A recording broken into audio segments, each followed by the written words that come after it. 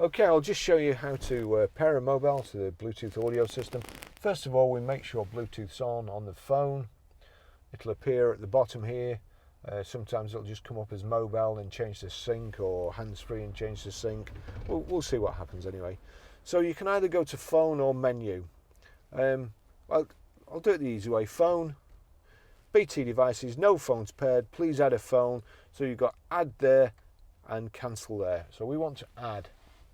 Search for sync on your device and select sync once it is found. So there you go, it's already found sync. So as it's telling me to do, select. Confirm that the pin displayed on sync matches the pin displayed on your device. Well, we've got the choices here of yes and no, so yes and no there, so yes, and then pair on the phone. Do you want your contacts and favourites to sync? I don't, because I won't be using it again, but you will, so I'll click don't allow, and it's already showing. Please stay alert to changing road conditions and use Sync's voice-activated features while your vehicle is in motion. So there you go. It's asking me if I want to download PhoneBook. I don't, but again, you probably will, so I'll click no there. And you've got all your controls up there and sync connected. Another great thing with this system is